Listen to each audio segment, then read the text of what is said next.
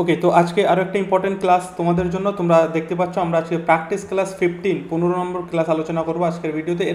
আগে কিন্তু আমরা অলরেডি 14টা ভিডিও আপলোড করে দিয়েছি, যেটা গ্রামার থেকে। তো আজকে আমরা 15 নম্বর ক্লাস আলোচনা করব। আর যারা আগের ভিডিওগুলি দেখোনি, আমি কিন্তু অলরেডি প্লে লিস্ট করে দিয়েছি, তোমরা চ্যানেল ভিজিট করে দেখে নিতে পারো।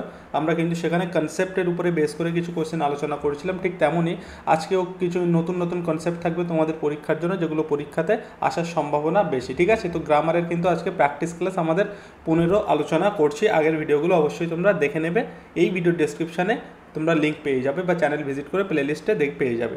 ক্লিয়ার? তো চলো আমরা আজকে কিছু ইম্পর্টেন্ট কনসেপ্ট, গ্রামারের উপরে ইম্পর্টেন্ট কনসেপ্ট দেখে নিই। তো ফার্স্ট কোশ্চেন কী আছে আমরা দেখে নেব। দেখো ফার্স্ট কোশ্চেন কি বলছে, what case does the underline noun represent in.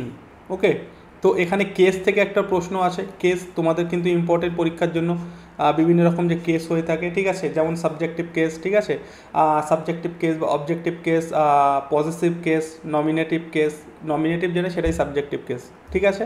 তো দেখো ফার্স্ট কোশ্চেন কী বলছে, what case does the underlined noun represent. এখানে এই যে নাউনটা আন্ডারলাইন করা আছে, ওহ জন ইউ হ্যাভ অ্যারাইভড আর্লি, তুমি খুব তাড়াতাড়ি চলে এসছো। তো এখানে জনটাকে আমরা কোন কেস বলবো, নমিনেটিভ কেস নাকি অবজেক্টিভ নাকি ভোকেটিভ নাকি পসেসিভ কেস?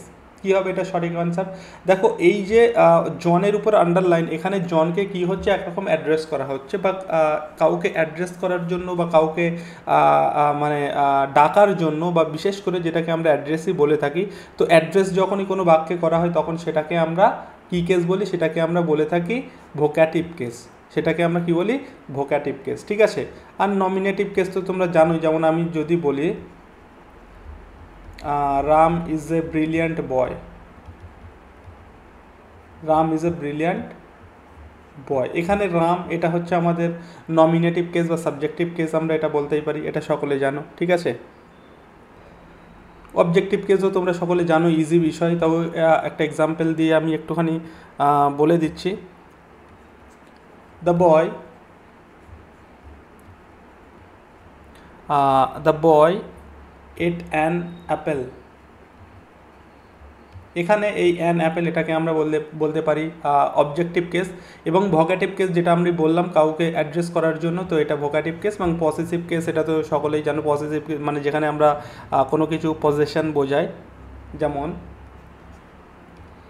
যেমন দিস ইজ ইয়োর পেন্সিল। এই যে ইয়োর পেন্সিল এটাকে আমরা বলবো ভোকেটিভ কেস। আরেকটা হয় কী বলো তো, আরেকটা হয় ডেটিভ কেস, আরেকটা হয় ডেটিভ কেস। এই ডেটিভ কেসটা কি, ডেটিভ কেসটা যখন কোনো ইনডিরেক্ট অবজেক্ট আমরা সেন্টেন্সে ব্যবহার করি সেটাকে আমরা বলি ডেটিভ কেস, ঠিক আছে। যেমন আমি বললাম Ram gave him a pen. এখানে আমরা ডেটিভ কেস কোনটাকে বলবো, এখানে দেখো Ram gave him a pen, এখানে হিম হচ্ছে রাম গেভ হিম, এটা হচ্ছে কি, এটা একটা ইনডিরেক্ট অবজেক্ট। আর a pen, Ram gave a pen, এটাকে আমরা বলবো, এই পেন এটাকে আমরা বলবো ডিরেক্ট অবজেক্ট। তো ইনডিরেক্ট অবজেক্ট যখনই আমরা সেন্টেন্সে ইউজ করি, যেমন রাম গেভ হিম, এই হিম হচ্ছে এটা ইনডিরেক্ট অবজেক্ট। তো এই ইনডিরেক্ট অবজেক্ট অ্যাকচুয়ালি এটাকেই আমরা বলবো ডেটিভ কেস, ঠিক আছে, এটাকে বলবো ডেটিভ কেস। আশা করি কেস সম্পর্কে বোঝাতে পারলাম। তো এখানে আমাদের অ্যাড্রেস বোঝাচ্ছে যেহেতু, তাই হবে first answer option C, vocative case. Clear? চলো নেক্সট পসেসিভ কেস, কিন্তু এইটা, হ্যাঁ এটার এক্সাম্পল এটা, মানে এই যে নেক্সট কোশ্চেন দেখবো কি আছে। Question number 2, choose the correct option. Choose the correct option. One third of the chocolate dash eaten already, has been eaten, have been eaten, were নাকি had been, কোনটা হবে সঠিক আনসার? এটা আমরা বলতে গেলে আমাদের অ্যাকচুয়ালি এটা সাবজেক্ট ভার্ব এগ্রিমেন্টের মধ্যে পড়ছে, সাবজেক্ট ভার্ব এগ্রিমেন্টের একটা প্রশ্ন, ঠিক আছে। তো এটা কি হবে বলো, আমাদের সাবজেক্ট ভার্ব এগ্রিমেন্টের রুলসের মধ্যে একটা রুলস পড়ে, যেখানে আমরা তোমরা জানো হয়তো অনেকেই, বা হয়তো যারা জানো না অবশ্যই জেনে নাও। এই যে সাবজেক্ট ভার্ব এগ্রিমেন্টে একটা রুল পড়ে, যেখানে আমরা কোনো রকম পার্সেন্টেজ, ঠিক আছে, পার্সেন্টেজ বা ফ্র্যাকশান যখন কোনো পার্সেন্টেজ বা ফ্র্যাকশন বোঝাবে একটা সেন্টেন্সে, সেটাকে কিন্তু আমরা সাবজেক্ট হিসেবে ধরবো না, ঠিক আছে। এই যে একটা পার্সেন্টেজ বা ফ্র্যাকশন থাকবে, তারপরে দেখবে একটা প্রিপোজিশন থাকবে, এবং প্রিপোজিশনের পরের যে পার্টটা থাকবে সেখানে সাধারণত অফ প্রিপোজিশন থাকে, তার পরের যে পার্টটা থাকবে আমরা সেটাকে কিন্তু আমরা সেই সেন্টেন্সের সাবজেক্ট হিসেবে ধরবো। তো এখানে আমি যেটা বলতে চাইলাম, এই যে 1/3 এটা একটা আমরা বলতে পারি ফ্র্যাকশন বলতে পারি, ঠিক আছে। তো এই যে ফ্র্যাকশন কোনো কিছুর পার্সেন্টেজ, সেটা কিন্তু আমরা সাবজেক্ট হিসেবে ধরবো না। আমাদের এখানে সাবজেক্ট কিন্তু চকলেট, দ্য চকলেট। তো চকলেট এখানে কি সিঙ্গুলার, তাই আমাদের সিঙ্গুলার ভার্ব দরকার। সিঙ্গুলার ভার্ব কোথায় আছে দেখো, এখানে আছে হ্যাভ বিন, এখানে আছে ওয়ার, এগুলো তো প্লুরাল হবে না। আর একটা আছে হ্যাড বিং, হ্যাড বিং সাধারণত হয় না, তো এখানে আমাদের সঠিক আনসার হয়ে যাবে has been. 1/3 of the chocolate has been eaten early, ঠিক আছে। এখানে অপশান এ হবে সঠিক আনসার। এটা কিন্তু আমাদের সাবজেক্ট নয় 1/3, ঠিক আছে। চলো নেক্সট কোশ্চেন। নেক্সট কোশ্চেন যাবো, তার আগে বলে দিই এই পিডিএফটা তোমরা কিন্তু আমাদের টেলিগ্রামে পেয়ে যাবে, ঠিক আছে। টেলিগ্রাম থেকে অবশ্যই কালেক্ট করে নেবে, লিঙ্ক এই ভিডিও ডেসক্রিপশানে তোমরা লিঙ্ক কিন্তু পেয়ে যাবে। টেলিগ্রামে এই পিডিএফ আমি দিয়ে দেবো। আর শুধুমাত্র টেলিগ্রাম তোমরা জয়েন করে নেবে এই জন্য, কারণ সেখানে কিন্তু রেগুলার কোশ্চেন আনসার আলোচনা করা হয়, সেখানে কুইজ করা হয়, ঠিক আছে। কোশ্চেন আনসার একদম তোমাদের এক্সামে যেমন ধরনের আসে, গ্রামারের উপরে, তারপরে আমাদের যে টেক্সটগুলো আছে টেক্সটের উপরে, সঙ্গে সেখানে কিন্তু মক টেস্টও চলছে, মক টেস্টও নেওয়া হচ্ছে। তোমরা যদি মক টেস্ট দিতে চাও অবশ্যই কিন্তু, আর এই পিডিএফ পেতে চাইলে অবশ্যই কিন্তু টেলিগ্রাম তোমাদের জয়েন করতে হবে, ঠিক আছে। ভিডিও ডেসক্রিপশানে লিঙ্ক পেয়ে যাবে। চলো আমরা নেক্সট কোশ্চেন দেখবো। Question number 3। কোশ্চেন নাম্বার 3 বলছে which noun remains unchange in plural form. এদের মধ্যে কোন নাউনটাকে আমরা প্লুরাল করলে আনচেঞ্জ হবে, মানে কোনো রকম চেঞ্জ হবে না, মানে তা বলতে চাইছে তার সিঙ্গুলার এবং প্লুরাল ফর্ম দুটো ফর্মই সেম হবে, ঠিক আছে। সিঙ্গুলার অ্যান্ড প্লুরাল ফর্ম দুটো ফর্মই সেম হবে। দেখো এই যে আমাদের বলেছে প্লুরাল করলে আনচেঞ্জ হবে, তার মানে এখানে যে এগুলো দেওয়া আছে মিডিয়াম, এটা হচ্ছে আমাদের সিঙ্গুলার। এর প্লুরাল করলে কি হয়, মিডিয়ামের প্লুরাল করলে কি হয় আমরা জানি, এটা অনেকে জানো হয়তো, মিডিয়াই হবে। মিডিয়া এটা হচ্ছে আমাদের এটা প্লুরাল। এখানে বলেছে which noun remains unchange in plural form, মানে এখানে যে নাউনগুলো আছে সব সিঙ্গুলার। প্লুরাল মিডিয়াম হচ্ছে আমাদের এখানে সিঙ্গুলার, এর প্লুরাল করলে কি হয় মিডিয়া, ঠিক আছে। আচ্ছা মাউস, মাউস সিঙ্গুলার, এর প্লুরাল করলে কি হয় মাইস, ঠিক আছে। আর অ্যাক্সিস এর প্লুরাল করলে কি হয় অ্যাক্সেস, অ্যাক্সেস, ঠিক আছে। আর এই শিপ এর সিঙ্গুলার প্লুরাল সেম, এটা শিপই হবে। তো এখানে বলেছে কোনটা চেঞ্জ হয় না, আনচেঞ্জ মানে চেঞ্জ হয় না, অপশান বি হয়ে যাবে সঠিক answer for the question number 3। Clear. চলো নেক্সট কোশ্চেন। নেক্সট কোশ্চেন বলছে in the sentence the teacher made the students a promise, what type of object is a promise. এখানে এই যে এ প্রমিস, এটা কোন ধরনের অবজেক্ট, আমরা একটুখানি আগে আলোচনা করেছিলাম অবজেক্ট নিয়ে। এটা কোন ধরনের object, direct object, indirect object, object complement নাকি প্রিপোজিশনাল অবজেক্ট। দেখো এখানে বলছে দ্য টিচার, আমি সেন্টেন্সে একটুখানি লিখবো, দ্য টিচার মেড, আমি যদি সেন্টেন্সটা এইভাবে লিখি the teacher made the student, made the students. আবার যদি সেন্টেন্সে আর একরকমভাবে লিখি the teacher made a promise. দেখো এখানে এই যে এ প্রমিস আছে, আর এখানে মেড মানে ভার্বের পরে দ্য স্টুডেন্ট আছে, আর এ প্রমিস আছে, আমি এটা দুটোকে আলাদা আলাদা করে লিখলাম। The teacher made the student, এই যে the teacher made the student, এর মধ্যে কি কোনো একটা কমপ্লিট সেন্স আসছে, একটা মিনিং কি এর বোঝাচ্ছে the teacher made the students, কোনো কিন্তু মানে এটা একটা কিন্তু মানে কমপ্লিট সেন্স নেই এর মধ্যে, কমপ্লিট মিনিং আসছে না। কিন্তু আমি যদি এই সেন্টেন্সটা বলি the teacher made a promise, ঠিক আছে, তাহলে এর মধ্যে কিন্তু একটা কমপ্লিট সেন্স আসছে। এই প্রমিসটা আমি এখানে অবজেক্টে বসিয়ে একটা কমপ্লিট সেন্স পাচ্ছি, the teacher made a promise. তো যখনই আমরা যে অবজেক্টের দ্বারা কমপ্লিট সেন্স পাবো, কমপ্লিট একটা মিনিং পাবো, সেটাকে আমরা বলবো ডিরেক্ট অবজেক্ট, ঠিক আছে। তো এখানে এ প্রমিস এটাই জানতে চেয়েছে, তো এ প্রমিস হচ্ছে আমাদের এই কোশ্চেনের জন্য ডিরেক্ট অবজেক্ট। তাহলে এই যে আমি প্রথম সেন্টেন্সটা দেখলাম the teacher made the students, আচ্ছা এই সেন্টেন্সটাতে দেখো the teacher made the student, a promise এটা তো ডিরেক্ট অবজেক্ট, আর এই যে the students made the students এটা কিন্তু ইনডিরেক্ট অবজেক্ট বলবো আমরা এটাকে, ঠিক আছে, ইনডিরেক্ট অবজেক্ট। ক্লিয়ার, আশা করি বোঝাতে পেরেছি। এ প্রমিস এর দ্বারা কমপ্লিট সেন্স আসছে, তাই এটা ডিরেক্ট অবজেক্ট। ওকে চলো next question. Which preposition fits the building was constructed entirely dash stone, এখানে কোন প্রিপোজিশনটা সঠিক হবে? অফ, উইথ, ইন অ্যান্ড হচ্ছে ফ্রম। এখানে আমি জানি তোমরা এখানে কি করবে, the building was constructed entirely তোমরা এখানে উইথ করবে, উইথ স্টোন, তাই তো? The building was constructed entirely with stone, বিল্ডিংটা পুরোপুরি স্টোন দিয়ে কনস্ট্রাক্টেড হয়েছে, তৈরি হয়েছে। কিন্তু এখানে আমি জানি তোমরা উইথ করার চেষ্টা করবে, কিন্তু এখানে উইথ করলে কিন্তু হয়ে যাবে রং। ওকে, এখানে উইথ করলে কিন্তু হয়ে যাবে রং। এখানে আমি যদি তোমাদের এই কনস্ট্রাক্টেড ভাবটা কেটে দিয়ে এখানে আমি যদি ভাবটা মেড বসাই, তাহলে কি করতে? প্রিপোজিশন। তাহলে the building was made entirely কী করতে? তাহলে এখানে কিন্তু তখন কিন্তু এই উইথটা তোমরা লাগাতে না, এখানে মেড যখন বসবে তখন তোমরা কি করতে? তখন এখানে কিন্তু অলরেডি অফ চলে আসতো। The building was made entirely of stone, কারণ মেডের সঙ্গে আমরা অফ প্রিপোজিশন ইউজ করি। এখানে কনস্ট্রাক্টেডটা সেম, এখানে মেড এবং কনস্ট্রাক্টেড এখানে এদের দুজনের সঙ্গে আমরা অফ প্রিপোজিশন ইউজ করব, ঠিক আছে? এর সঙ্গে অফ, এর সঙ্গে মেড অফ এবং কনস্ট্রাক্টেড অফ, তাই এখানে কিন্তু অফ হয়ে যাবে। সঠিক answer option A. Clear? Next, which option correctly completes the sentence, কোন অপশানটা এই সেন্টেন্সটাকে ঠিকঠাকভাবে কমপ্লিট করছে? কমিটি। এই কমিটি কিন্তু খুবই ইম্পর্ট্যান্ট একটা ওয়ার্ড, তোমরা জানো, নাউন আমরা বলতে পারি, এটাকে আমরা কালেকটিভ নাউন বলে থাকি, ঠিক আছে? COMMITTE, কমিটি, জুরি, ঠিক আছে? তারপরে আমরা বলতে পারি টিম, এরকম আরও কিছু ওয়ার্ড আছে যে ওয়ার্ডগুলো এগুলোকে আমরা বলতে পারি কালেকটিভ নাউন, এবং এগুলো কখনো সিঙ্গুলারও হয়, কখনো প্লুরাল হিসাবেও বসে। এখানে আমাদের কি হচ্ছে, কমিটিটা সিঙ্গুলার না প্লুরাল বুঝতে পারলেই আমাদের আনসার চলে আসবে। The committee dash divided in their opinions on the policy.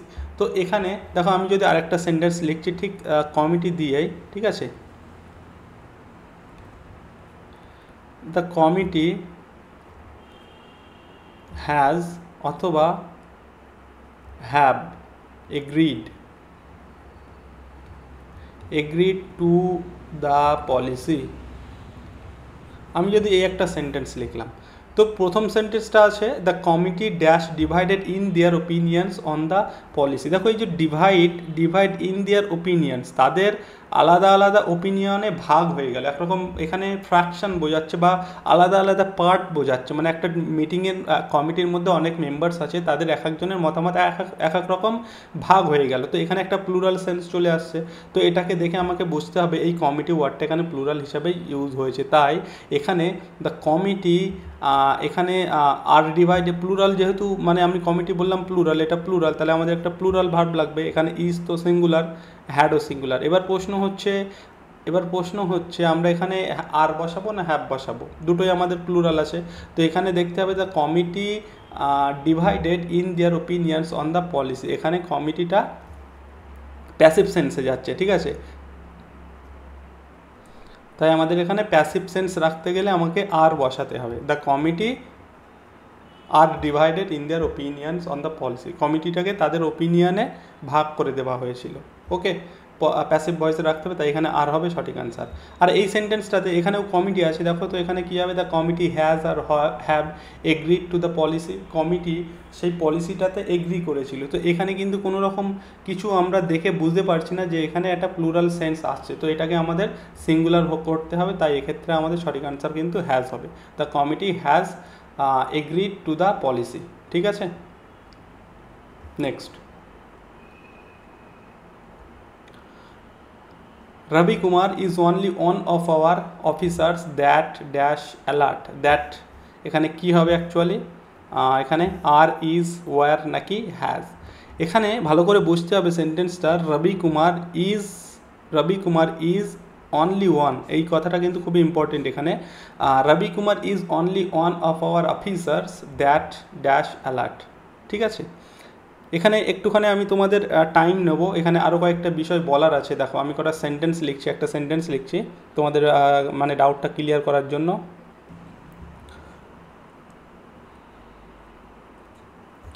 এখানে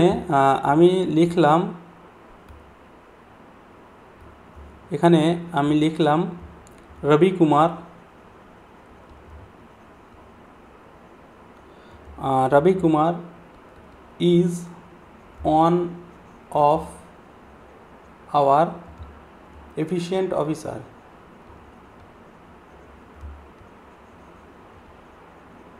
ঠিক আছে, এখানে আমি আরেকটা সেন্টেন্স লিখলাম, রবি কুমার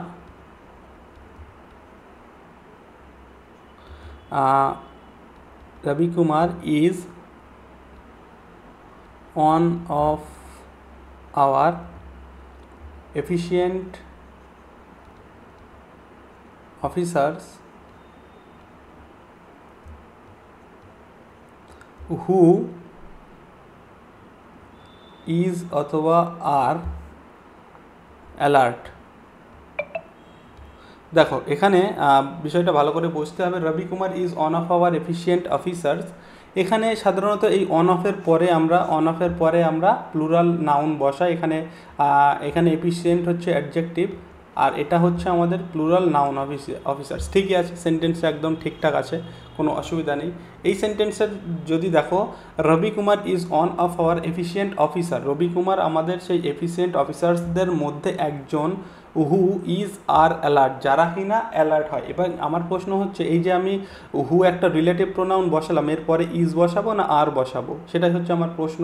আমরা জানি রিলেটিভ প্রোনাউন নাউনের পরিবর্তে বসে, আর কোন নাউনের পরিবর্তে তার ঠিক অ্যান্টিসেডেন্ট যেটা থাকে, ঠিক আছে, তার যে ঠিক আগে যে নাউনটা থাকে বা অ্যান্টিসেডেন্ট আমরাকে বলে থাকি বা প্রিসেডেন্টও বলে থাকি, তার আগে যে অ্যান্টিসেডেন্টটা থাকবে ঠিক তার পরিবর্তে বসে। তো এখানে এই হুটা কিন্তু অফিসার্সের জন্য বসেছে, আর অফিসার্স প্লুরাল, এখানে এস আছে, অফিসার্স হচ্ছে প্লুরাল, তাই আমাদের এখানে সঠিক আনসারটা কিন্তু আর হবে, ইজ নয়। ঠিক আছে, কিন্তু আমাদের প্রশ্নে যে কোশ্চেন যেটা আছে, রবি কুমার ইজ ওয়ানলি, এখানে দেখো এই যে ওয়ানলির প্রসঙ্গটা যখনই আসবে, Ravi Kumar is only of our officers, আমাদের যে অফিসার্সদের মধ্যে ছিল তাদের মধ্যে শুধুমাত্র রবি কুমার, ঠিক আছে, দ্যাট ড্যাশ অ্যালার্ট, যে কিনা অ্যালার্ট। এখানে এই যে দ্যাট আমরা একটা রিলেটিভ প্রোনাউন বসিয়েছি, এবং এখানে আমার আরও একটা বিষয় বলার আছে, এখানে আমি দ্যাট রিলেটিভ প্রোনাউন বসালাম, রিলেটিভ প্রোনাউন দ্যাট বসালাম, কিন্তু এখানে আমি হু বসালাম কেন? কারণ দেখো সেন্টেন্সে এরকম সাধারণত অন অফ দ্য দিয়ে যখনই থাকবে তখন আমরা সেখানে হুটাই বসাই, কিন্তু সেন্টেন্সে যখন অনলি চলে আসে, এই যে অনলি ওয়ান এরকম চলে আসে বা অনলি চলে আসে, সেক্ষেত্রে কিন্তু আমরা রিলেটিভ প্রোনাউন হিসেবে দ্যাট ইউজ করি। ঠিক আছে, এটা মাথায় রাখতে হবে। তো এখানে দ্যাট বসালাম, এবার আমার প্রশ্ন হচ্ছে আমি এখানে কোন ভার্বটাকে চুজ করব, ইজ, আর, ওয়্যার নাকি হ্যাজ? তো প্রথমে এখানে আমাদের ইজ আছে, তাই আমাদের এখানে পাস্ট টেন্সে যাওয়ার কোনো কথাই নেই, ওয়্যার হবে না। ওকে, এবার আমার প্রশ্ন হচ্ছে, এখানে আমি যে রিলেটিভ প্রোনাউন বসালাম, এই দ্যাটটা আমি যেমন এখানে হু বসিয়েছিলাম, এই হুটা বসিয়েছিলাম তার আগে অফিসার্সের জন্য, কিন্তু আমি দ্যাটটা কার জন্য বসালাম? আমি কি দ্যাটটা অফিসারের জন্য বসালাম, নাকি এই যে অনলি ওয়ান রবি কুমার এর জন্য বসালাম? এই যে রিলেটিভ প্রোনাউন দ্যাটটা, এটা কার জন্য বসালাম? অফিসার্সের জন্য নাকি এই যে রবি কুমারের জন্য? এখানে কিন্তু এই রিলেটিভ প্রোনাউন দ্যাটটা বসেছে এই রবি কুমারের জন্য, এখানে কিন্তু অফিসার্সের জন্য বসেনি। ক্লিয়ার? বুঝতে হবে, যখন এই অনলি ওয়ান বিষয়টা চলে আসবে, Ravi Kumar is only one of our officer, অফিসারদের মধ্যে শুধুমাত্র রবি কুমার একজন যে কিনা অ্যালার্ট, তাহলে এখানে শুধুমাত্র রবি কুমারের কথা হচ্ছে, অফিসার্সদের কথা হচ্ছে না, তাই রবি কুমারের কথা হলে রবি কুমার কি সিঙ্গুলার, তাই এখানে আমাকে একটা সিঙ্গুলার ভার্ব লাগবে। সিঙ্গুলার ভার্ব কোথায় আছে? এখানে আছে, প্লুরাল হবে না, এখানে আছে সিঙ্গুলার, বাট এখানে আমাদের হ্যাজ তো হবেই না, এখানে ইজ হবে সঠিক আনসার। ঠিক আছে, এখানে আমাদের সঠিক আনসার হয়ে যাবে ইজ। ওকে, ক্লিয়ার করতে পেরেছি? Ravi Kumar is only on of our officer that is alert, এই দ্যাটটা কেন হলো আশা করি বোঝাতে পেরেছি, আর এখানে ইজ কেন হবে সেটাও আশা করি বোঝাতে পেরেছি। এই অনলি অন কথাটা কিন্তু খুবই ইম্পর্টেন্ট, মাথায় রাখতে হবে। ঠিক আছে, চলো next question number 8, the sentence it is essential that he be informed immediately contents, এটা সাধারণত আমাদের প্রশ্নটা এটা মুড থেকে, ঠিক আছে, এটা মুড থেকে আছে, মুডের প্রশ্ন। কোন মুড হবে বলো? এখানে আছে ইন্ডিকেটিভ মুড, প্রেজেন্ট টেন্সে, মেন্ডেটিভ মুড, সাবজাংটিভ মুড, নাকি ইম্পারেটিভ মুড, নাকি optative mood? It is essential that he, সাধারণত আমরা জানি এই সাবজাংটিভ মুডের ক্ষেত্রে আমরা এই মানে সাবজাংটিভ মুডের ক্ষেত্রে আমরা ভি ওয়ান ইউজ করি, ঠিক আছে, ভার্বের বেস ফর্ম আমরা সাধারণত ব্যবহার করে থাকি। তো এখানে দেখো হি এর পরে বি বসেছে, বি হচ্ছে ভার্বের বেস ফর্ম আমরা বলে থাকি। তো এখানে এটাকে দেখে আমি বুঝতে পারলাম এটা আমাদের অ্যাকচুয়ালি সাবজাংটিভ মুড। ওকে, আর সাবজাংটিভ মুডের আরও কিছু বিষয় আছে চেনার, যেখানে আমরা কোনো কিছু উইশ বোঝাই, ঠিক আছে, কোনো কিছু উইশ বোঝাবো এবং কোনো কিছু হাইপোথেটিক্যাল সেন্টেন্স যেটা আনরিয়াল, সেই ধরনের সেন্টেন্সের ক্ষেত্রে আমরা সাবজাংটিভ মুড ইউজ করি। আমরা মুডের আলাদা ক্লাস করেছি, সেখানে আমরা আলাদা এমসিকিউ প্র্যাকটিস করেছি, সে বিষয় আলাদা। তো এখানে সাবজাংটিভ মুড বুঝতে পারলাম, আর সাবজাংটিভ মুড এখানে একটাই আছে, সাবজাংটিভ মুড। তাহলে এই যে ম্যান্ডেটিভ কথাটা কেন ইউজ হয়েছে এটা বোঝানোর জন্য এটুকু বলছি। এই যে সাবজাংটিভ মুড তো বুঝে গেলাম, কিন্তু এখানে ম্যান্ডেটিভ কথাটা, ম্যান্ডেটিভ সাবজাংটিভ মুড কেন? কারণ যখন কোনো এরকম সেন্টেন্সের সাহায্যে যেটা অবশ্যই আপনার সেন্টেন্স হবে, সাবজাংটিভ সেন্টেন্স হবে, ঠিক আছে, সেই সেন্টেন্সের দ্বারা যদি কোনো সাজেশন, ঠিক আছে, যদি কোনো সাজেশন ডিম্যান্ড এবং যদি কোনো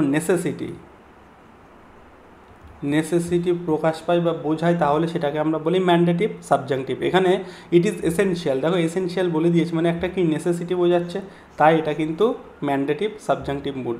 ওকে, চলো নেক্সট কোশ্চেন দেখবো। Next question number 9, in someone has a stolen my bag, someone has a stolen my bag, এটাকে প্যাসিভ ভয়েস করে করেছে my bag has been stolen. Okay, someone has a stolen my bag, সেটা passive voice হয়েছে my bag has been stolen. The voice change is, এই যে voice চেঞ্জটা হলো someone has stolen my bag, এখান থেকে এটা হয়েছে, এটাকে কি ভয়েস চেঞ্জ বলবো? এজেন্টলেস ভয়েস, নাকি স্টেটিভ ভয়েস, নাকি প্রিপোজিশনাল প্যাসিভ, নাকি রিফ্লেক্সিভ প্যাসিভ? ঠিক আছে, এটা অবশ্যই একটা প্যাসিভ, এই সেন্টেন্সটা অবশ্যই একটা প্যাসিভ। তো এটাকে কোন ধরনের প্যাসিভ ভয়েস আমরা বলবো? এজেন্টলেস প্যাসিভ, স্টেটিভ প্যাসিভ। দেখো এখানে আমরা সাধারণত কি হয়, এই যে someone has stolen my bag, এখানে আমরা একটা জিনিসের অভাব দেখতে পাচ্ছি এই সেন্টেন্সটাতে, যেটা হচ্ছে এই যে বাই সামওয়ান, এই কথাটা আমরা দেখতে পাচ্ছি না, তাই তো? এখানে someone has stolen my bag, এটা প্যাসিভ ভয়েস করলে কী হয়, my bag has been stolen by someone, এখানে সেটাই আছে my bag has been stolen, এই বাই সামওয়ান কথাটা নেই, ঠিক আছে, কথাটা নেই। আচ্ছা, তো এই সেন্টেন্সে এই যে সামওয়ান, এটাই হচ্ছে ডুয়ার, ঠিক আছে, আর যে প্যাসিভ ভয়েসে এই ডুয়ারটাকে আমাদের ওমিট করা হয়, মানে যে ডুয়ারটাকে আমরা বাদ দিয়ে থাকি, সেই ডুয়ারটাকে সাধারণত আমরা এজেন্টও বলে থাকি। ওকে, এজেন্টও বলে থাকি, তাই এই সেন্টেন্সটাতে এই ডুয়ারটাকে আমরা ওমিট করেছি বা বাদ দিয়ে দিয়েছি, আর যেহেতু ডুয়ারটাকে বাদ দিয়েছি আর ডুয়ারটাকে আমরা এজেন্টও বলে থাকি, তাই এটাকে আমরা বলবো কি, এজেন্টলেস ভয়েস, এটাকে আমরা বলবো এজেন্টলেস ভয়েস। ক্লিয়ার?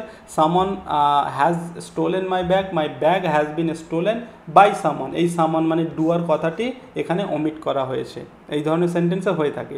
তো এখানে এটাকে যেহেতু আর এই ওমিট করা হয়েছে যে পোর্শনটাকে বা ডুয়ারটাকে, এই ডুয়ারটাকে আমরা এজেন্টও বলে থাকি, ঠিক আছে, তাই যেহেতু এটা এখানে নেই, তাই এটাকে আমরা বলবো এজেন্টলেস প্যাসিভ ভয়েস, ঠিক আছে, অপশান এ হবে সঠিক অ্যান্সার।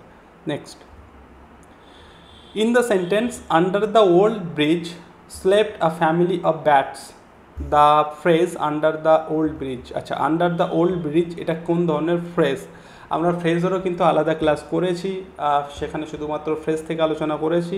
তো বলো এখানে কি হবে সঠিক অ্যান্সার? খুব সুন্দর একটা প্রশ্ন, এবং আমি তোমাদের সেই ভিডিওতে বারবার কিন্তু বলেছিলাম তোমাদের সবথেকে বেশি কনফিউজ করবে হচ্ছে কি, প্রিপোজিশনাল ফ্রেজ, প্রিপোজিশনাল আর একটা হয় অ্যাডভার্বিয়াল, এই দুটো ফ্রেজ কিন্তু খুব কনফিউজ করবে তোমাদের। আর যখনই আমাদের সেন্টেন্সে যখনই টাইম আর হচ্ছে প্লেসের প্রসঙ্গ আসে, তখনই আমরা এই দুটো ফ্রেজ ব্যবহার করি, ঠিক আছে, যখনই সেন্টেন্সের টাইম এবং প্লেসের প্রসঙ্গ আসবে তখন আমরা এই দুটো ফ্রেজ সাধারণত ব্যবহার করে থাকি। এবার তাহলে এখানে দেখো, under the old bridge slept a family of bats, এখানটায় এটা, আচ্ছা এই সেন্টেন্সটাকে প্রথমে বলো, এই সেন্টেন্সের সাবজেক্টটা কি? এই যে সেন্টেন্সটা, এর সাবজেক্টটা কি আছে? আন্ডার দ্য ওল্ড ব্রিজ, এটা কি সাবজেক্ট? এটা কিন্তু সাবজেক্ট নয়। স্লেপ্ট হচ্ছে আমাদের ভার্ব, এখানে সাবজেক্ট হচ্ছে আ ফ্যামিলি অফ ব্যাটস, এটা হচ্ছে আমাদের সাবজেক্ট। অ্যাকচুয়ালি সেন্টেন্সটা এরকম হওয়া উচিত ছিল, a family of bats slept under the old bridge. এটা হচ্ছে complete sentence. A family of bats are slept under the old bridge. এই আন্ডার দ্য ওল্ড ব্রিজ এটাকে প্রথমে নিয়ে গেছে, যেটা করা যায়, ঠিক আছে, যেটা করা যায়, কিন্তু এখানে আমাদের সাবজেক্ট কিন্তু এই যে ফ্যামিলি অফ ব্যাটস, এটা সাবজেক্ট, এটা ভার্ব। তো এটা হচ্ছে আমাদের আন্ডার দ্য ওল্ড ব্রিজ, এটা একটা কি প্লেস বোঝাচ্ছে। The family of bat slept, তারা ঘুমাতো, কোথায় ঘুমাতো, আন্ডার দ্য ব্রিজ, এটা প্লেস বোঝাচ্ছে। আর প্লেস প্রসঙ্গ আসলে আমরা প্রেপোজিশনাল অথবা অ্যাডভার্বিয়াল ফ্রেজ ইউজ করি। এবার এটাকে আমরা কি প্রেপোজিশন হিসেবে নেবো না অ্যাডভার্বিয়াল ফ্রেজ হিসেবে নেব? প্রথমত দেখো দুটোই আছে, হ্যাঁ দুটোই তো অপশানে আছে, অ্যাডভার্বিয়াল বা আছে। এবার প্রসঙ্গ হচ্ছে এখানে কি আমরা এটা অ্যাডভার্বিয়াল ফ্রেজ নেবো? না, এটাকে আমরা প্রেপোজিশনাল ফ্রেজ নেবো, যেহেতু প্রেপোজিশন দিয়ে শুরু হচ্ছে এবং শেষে দেখো নাউন আছে। এটা একটা প্রেপোজিশনাল ফ্রেজ, যে ফ্রেজটা কিন্তু কাজ করছে অ্যাডভার্বিয়াল ফ্রেজের মতোই।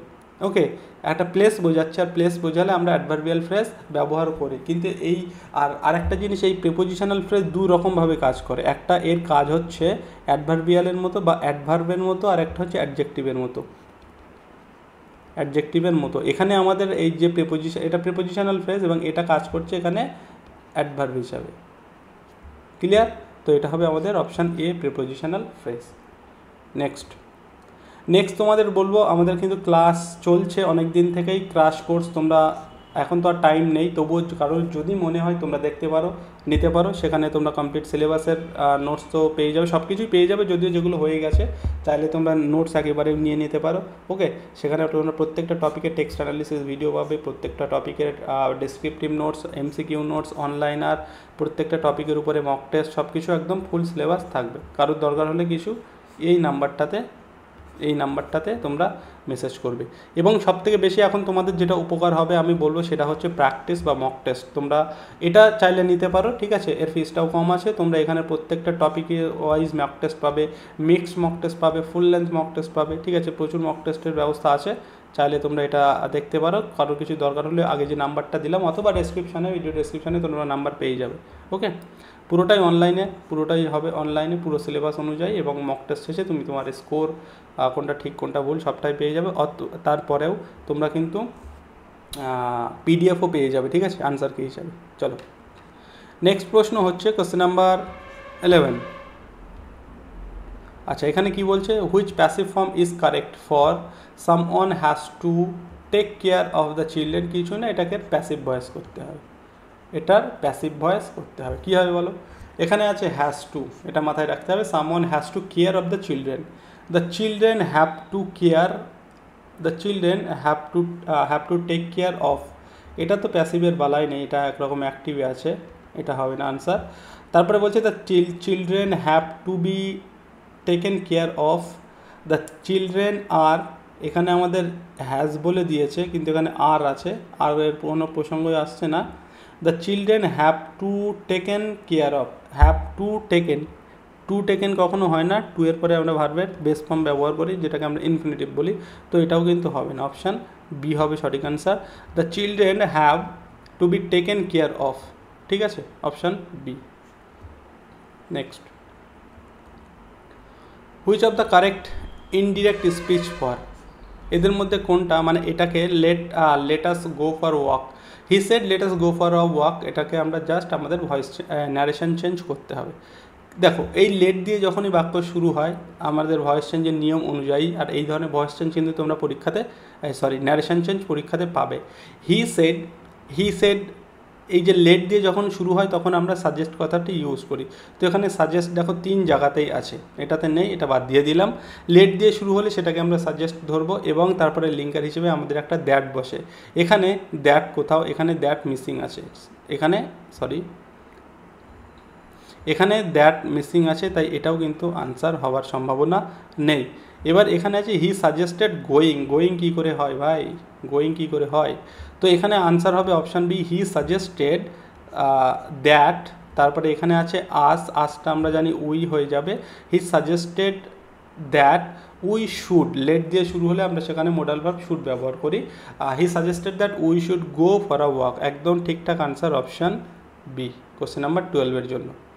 Clear? Next, In the sentence, my plan, a trip to the mountains, was cancelled.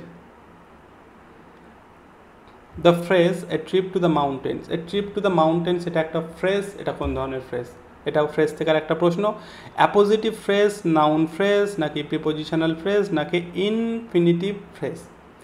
Infinitive phrase সাধারণত 2+V1 হয়, এখানে আমরা 2+V1 কোথাও দেখতে পাচ্ছি না, এটা হবে না। A trip to the mountains কী হবে? অ্যাপোজিটিভ নাউন নাকি প্রিপোজিশনাল? প্রিপোজিশনাল ফ্রেজ এখানে হবে না।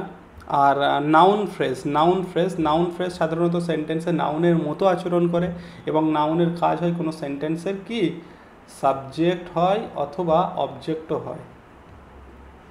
এখানে ট্রিপ টু দ্য মাউন্টেন্স এটা কিন্তু কোনো সাবজেক্ট অবজেক্টের কাজ করছে না, এখানে সাবজেক্ট হচ্ছে মাই প্ল্যান। এবার প্রসঙ্গ হচ্ছে a trip to the mountains, এটা কী তাহলে?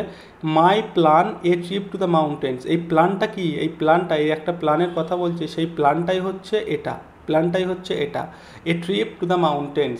তাহলে a trip to the mountains এটাই প্ল্যানটা সম্পর্কেই বলছে, ঠিক আছে? তাহলে এটাকে আমরা কোন ফ্রেজ নেব? এটাকে আমরা নেব as a appositive phrase. Appositive phrase কিছুই না, অ্যাপোজিটিভ ফ্রেজ কী করে? Appositive phrase explains another noun, ঠিক আছে? Appositive phrase explain another noun, ঠিক অ্যাডজেক্টিভ ফ্রেজের মতো।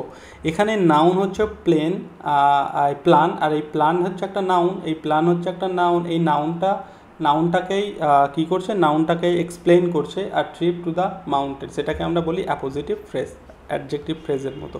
ওকে, তো অপশান এ হয়ে যাবে সঠিক আনসার এই প্রশ্নের জন্য। Next question number 14. In between you and me, this is a bad idea. What is the case of me? মিটা কোন কেস? এখানে মিটার কোন কেস? Nominative case, subjective. আমি কেস থেকে প্রথমেই মনে হয় আমাদের একটা প্রশ্ন ছিল, তো এখানে নমিনেটিভ কেস কি বলেছি, objective case, possessive, vocative, dative সবই বলেছি। তো এখানে দেখো আমাদের প্রথমে আছে বিটুইন কি বলো তো? বিটুইন হচ্ছে প্রেপোজিশন, আর বিটুইনের পরে সাধারণত আমাদের অবজেক্টিভ কেস বসে। এখানে ইউটাকে আমরা সাবজেক্টিভ কেসেও বসাতে পারি, অবজেক্টিভ কেসেও বসাতে পারি। তো এখানে ইউ হচ্ছে, এটা অবজেক্টিভ কেসে আছে, এটা হচ্ছে অবজেক্টিভ কেস। আর অবজেক্টিভ কেসের সঙ্গে অ্যান্ড দিয়ে যেটা যুক্ত থাকবে সেটাকেও অবজেক্টিভ কেস হতে হবে। তাই মি এখানে কিছুই না, অবজেক্টিভ কেস। সহজ ছিল, ঠিক আছে? চলো নেক্সট প্রশ্ন দেখব। Question number 15, identify the mood থেকে আরও একটা প্রশ্ন। Were I the manager I would implement stricter rules. কী হবে এটা? ওয়ার আই দ্য ম্যানেজার, আমি যদি ম্যানেজার হতাম, I would implement stricter rules, আমি রুলসটাকে আরও স্ট্রিক্ট করে দিতাম, ঠিক আছে? তো এখানে সাধারণত আমরা অ্যাকচুয়ালি যে ওয়ার আই দ্য ম্যানেজার এর মানে হচ্ছে, if I were the manager. এবার বলো কোন মুড এটা? If I are the manager, তারপরে যেটা আসে সেটা। যেমন আমরা এই ধরনের সেন্টেন্স লিখি না,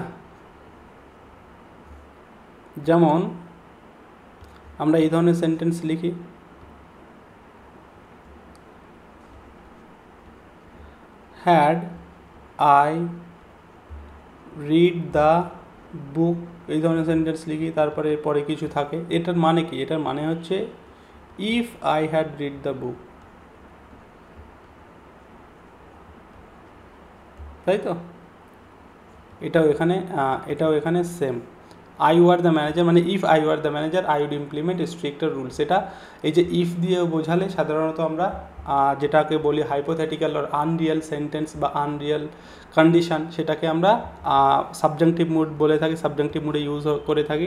তো এখানে অপশান বি হবে সঠিক answer, option B. Next question number 60, fill in the blank. The number of participants dash increasing each year. The number of participants is increasing, are increasing, নাকি have increasing তো হয় না, নাকি were increasing each year বলো। তো এখানে আমাদের একটা বিষয় আছে, the number of, আর একটা হয় a number of। এরপরে আমরা দ্য নাম্বার অফের সঙ্গে এটাকে দ্য নাম্বার অফটাকে আমরা সিঙ্গুলার হিসেবে কাউন্ট করি। এরপরে অবশ্যই একটা নাউন থাকে, এরপরে কিন্তু একটা নাউন থাকে, ঠিক আছে, এরপরে অবশ্যই একটা নাউন থাকে এবং এটাকে আমরা প্লুরাল হিসেবে কাউন্ট করি। তো এখানে দ্য নাম্বার অফ আছে, দ্য নাম্বার অফ সিঙ্গুলার হয়, দ্য নাম্বার অফ দিয়েই শুরু আছে।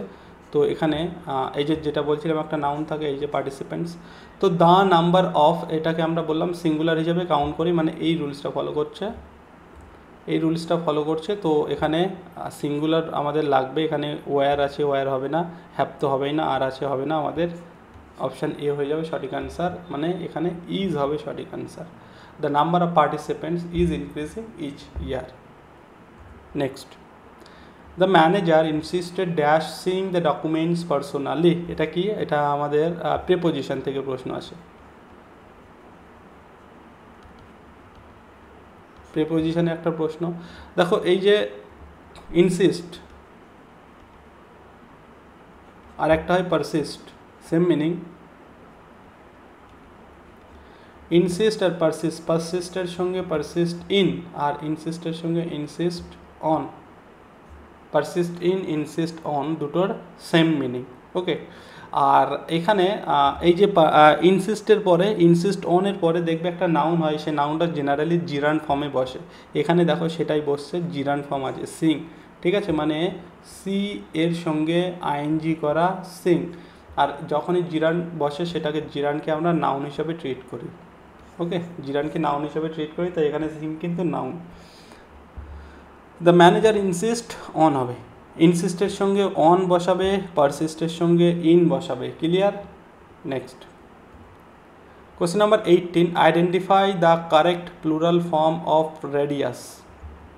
আচ্ছা, তোমাদের একটা হোমওয়ার্কও কিন্তু দেবো, ঠিক আছে, একটা হোমওয়ার্কও তোমাদের দেওয়া হবে, তোমরা সেটা আনসার করবে, আমি দেখছি কোনটা দেওয়া যায়।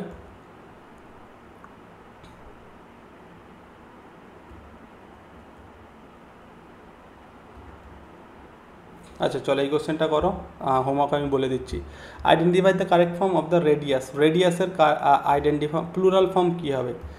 রেডিয়াস, রেডিয়াসেস, রেডিয়াস আর রেডিয়ে কী হবে? রেডিয়াস কথাটা কিন্তু মনে রাখতে হবে, এটা হচ্ছে singular form,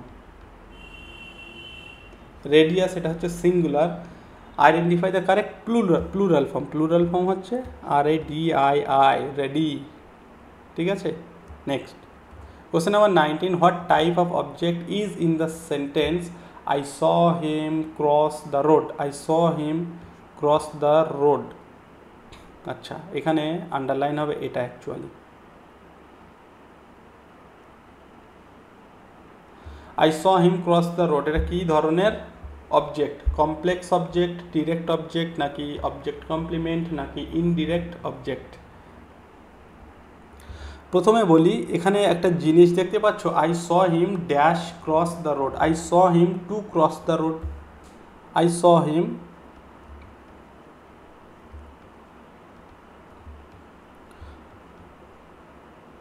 to cross the road, সেন্টেন্সটা অ্যাকচুয়ালি এরকম, ঠিক আছে। এখানে টুটা দেখুন নেই, এখানে টুটা নেই, কেন নেই?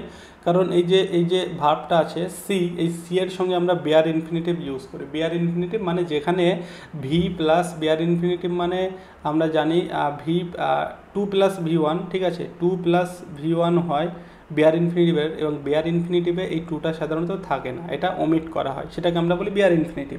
তো এই যে ওয়ার্ডটা আছে, এই যে সি, ওয়াচ, মেড, এই যে ভার্বগুলো আছে, আরও কিছু আছে, এদের সঙ্গে আমরা বেয়ার ইনফিনিটিভ ইউজ করি, তাই কিন্তু এখানে টুটা নেই, এখানে টুটা মিসিং আছে, সেটা কোনো বিষয় না। তো আমাদের প্রশ্ন হচ্ছে এই যে টু ক্রস দ্য রোড, এটাকে আমরা কোন অবজেক্টের মধ্যে ফেলবো? ডিরেক্ট অবজেক্ট, ইনডিরেক্ট অবজেক্ট, নাকি অবজেক্ট কমপ্লিমেন্ট? দেখো এটাকে আমরা আনসার নেব কি বলো তো, এটার আনসার হচ্ছে অ্যাকচুয়ালি কমপ্লেক্স অবজেক্ট। কেন কমপ্লেক্স অবজেক্ট আমি ভালো করে বোঝানোর চেষ্টা করছি। যখন কোনো আমাদের সেন্টেন্সে এরকম অবজেক্ট চলে আসে, ঠিক আছে, এরকম যখন কোনো সেন্টেন্স আমাদের অবজেক্ট হিসেবে আমরা কোনো নাউন অথবা প্রোনাউন পাবো, ঠিক আছে, আমরা অবজেক্টে কোনো নাউন বা প্রোনাউন পাবো, এবং তারপরে আমরা সাধারণত যদি একটা ইনফিনিটিভ অথবা পার্টিসিপেল পাই, ঠিক আছে, ইনফিনিটিভ অথবা ইনফিনিটিভটা অবশ্যই তাকে বেয়ার ইনফিনিটিভ হতে হবে, ঠিক আছে, বেয়ার ইনফিনিটিভ হতে হবে। ইনফিনিটিভ অথবা পার্টিসিপেল পাই, পার্টিসিপেল যদি আমরা পেয়ে থাকি সেটাকে আমরা বলি কমপ্লেক্স অবজেক্ট, কমপ্লেক্স অবজেক্ট, ঠিক আছে। তাই এখানে যেহেতু আমরা একটা বেয়ার ইনফিনিটিভ পেয়েছি আর এই যে একটা প্রোনাউনও আছে, আমাদের কি বললাম, নাউন বা প্রোনাউনের পরে যদি ইনফিনিটিভ বা পার্টিসিপেল থাকে, বেয়ার ইনফিনিটিভ যদি থাকে, সেটাকে আমরা কমপ্লেক্স অবজেক্ট হিসাবে নিতে পারি। তো এখানে এই যে ক্রস দ্য রোড, এটা অ্যাকচুয়ালি কিন্তু কমপ্লেক্স অবজেক্টের মধ্যে পড়বে, ঠিক আছে, ওকে। আচ্ছা, এই আন্ডারলাইনটাই এখান থেকে হবে, হিম থেকে। I saw him cross the road, এটা একটা কমপ্লেক্স অবজেক্ট, ঠিক আছে। Next question number 20। আচ্ছা, এটার আনসার করবে না, কারণ এই ধরনের আমি একটা বলে দিয়েছি, এরপরে আরও একটা কোশ্চেন আছে, একটা দুটো, সেখানে তোমরা আনসার করবে। তো এটার আনসার আমি তোমাদের করাবো। এখানে দেখো 2/3 অফ দ্য এমপ্লয়িজ, এখানে কী হবে, আমরা এই ধরনের প্রশ্ন একটা করেছি, দেখো এখানে কিন্তু 2/3 আছে, যদি এখানে 1/3 থাকতো, 1/3 থাকতো তাহলে, আর এখানে আছে 2/3। যাই হোক, আমি যেটা বলতে চাইছিলাম, আমাদের যদি 1 থাকে তারপরে যেটা থাকবে তাদের সঙ্গে কিন্তু এস যোগ হবে না, কিন্তু এখানে যদি 2 থাকে বা 3 থাকে, 3/4 হবে কিন্তু, ঠিক আছে, 3 কিন্তু 4 হবে, সেই জন্য এখানে 2 এর পরে কিন্তু এস আছে, তাই এখানে 2/3 করা আছে। 2/3 অফ দ্য এমপ্লয়িজ, এমপ্লয়িজের 2/3, আমি যেমনটা বললাম, কোনো পার্সেন্টেজ বা কোনো আমাদের সেন্টেন্সের কোনো পার্সেন্টেজ বা কোনো ফ্র্যাকশানসকে আমরা সাবজেক্ট হিসেবে নেব না, তাই এটা কিন্তু আমাদের 2/3 থেকে এটাকে প্লুরাল হিসেবে তুমি একটা প্লুরাল ভার্ব বসিয়ে দিলে করলে কিন্তু হবে না। এখানে আমাদের সাবজেক্ট কি, এমপ্লয়িজ। এমপ্লয়িজ যদিও প্লুরাল, তাই আমাদের এখানে প্লুরাল একটা ভার্ব লাগবে, তাহলে কি হবে, প্লুরাল ভার্ব কাম হবে, কাম, তাই তো।